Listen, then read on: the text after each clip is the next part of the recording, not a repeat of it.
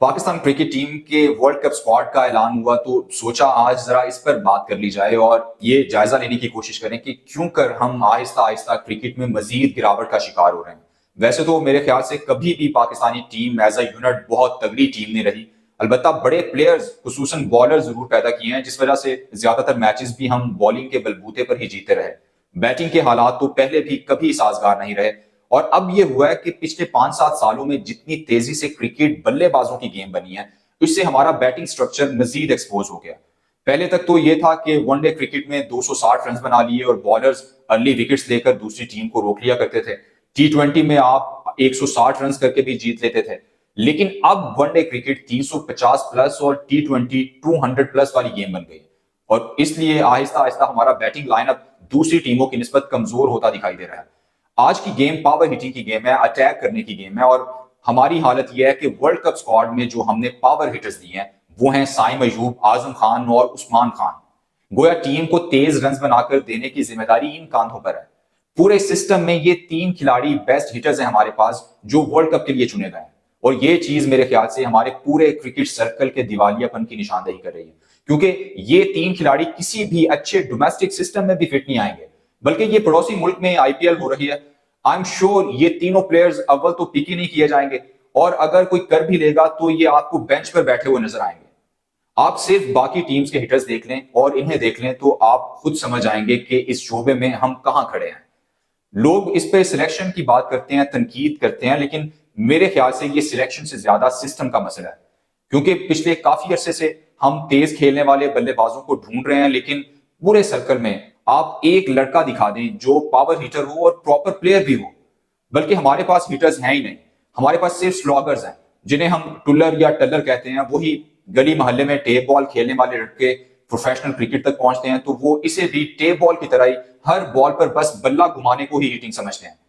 ان سے پہلے جو ہٹرز کے طور پر ہم نے لڑکے ٹیم میں رکھے ہوئے تھے وہ آصف علی، حیدر علی، خوش دل شاہ اور محمد حارث تھے۔ ہمارا مسئلہ یہ ہے کہ جو پراپر بیٹرز ہیں وہ ہٹ نہیں کر سکتے، اور ہٹرز ہمارے پاس ہیں ہی نہیں، پورے سسٹم میں نہیں ہے۔ پراپر بیٹر جو ٹیکنیکلی ساؤنڈ ہیں ان کی ٹیکنیک تو ٹھیک ہے، لیکن ان کے سٹرائک ریٹ 130 سے اوپر ہی نہیں آتے۔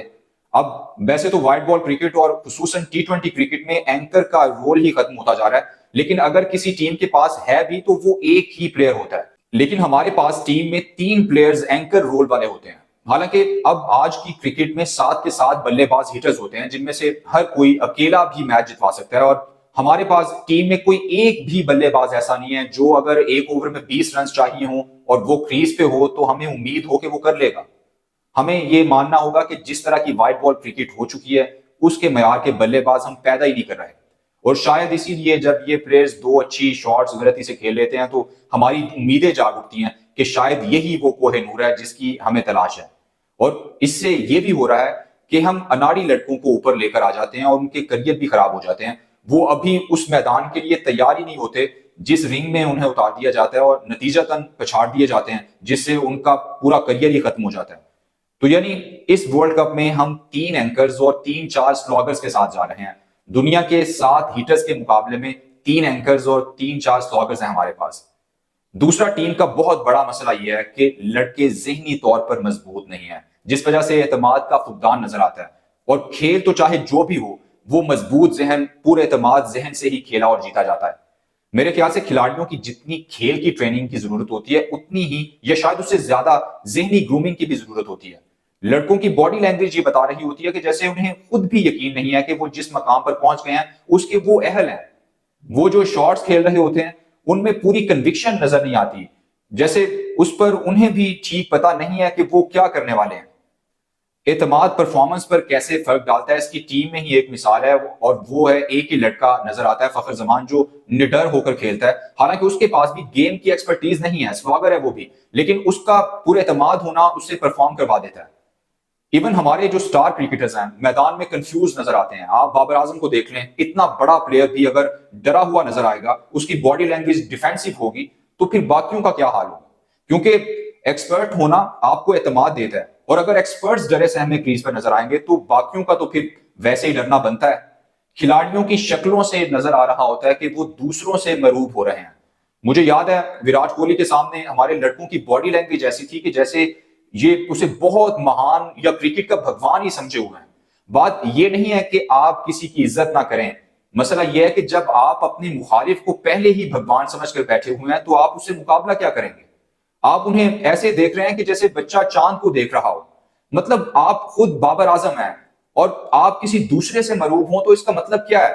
مطلب ایک یہ ہے کہ آپ ذہنی طور پر مضبوط نہیں ہیں، ورنہ تو آپ ورلڈ نمبر 1 پلیئر ہیں، آپ خود لوگوں کے لیے چاند ہیں. میں یہ بھی نہیں کہہ رہا کہ آپ ہر وقت پھون پھاں میں رہیں، لیکن کھیل میں یہ ضروری ہوتا ہے، ایٹ لیسٹ میدان میں یہ بہت ضروری ہوتا ہے کہ آپ خود سے بہتر کسی کو نہ سمجھیں. کیونکہ اگر آپ پہلے ہی اپنے مخالف کو خود سے بڑا سمجھے بیٹھے ہوئے ہیں تو پھر آپ پہلے سے ہی ہارے ہوئے ہیں، کھیل کر آپ صرف خانہ پوری کریں گے. اعتماد اور ذہنی مضبوطی نہ ہونے کی وجہ سے ہمارے لڑکوں کو بات تک کرنا نہیں آتی.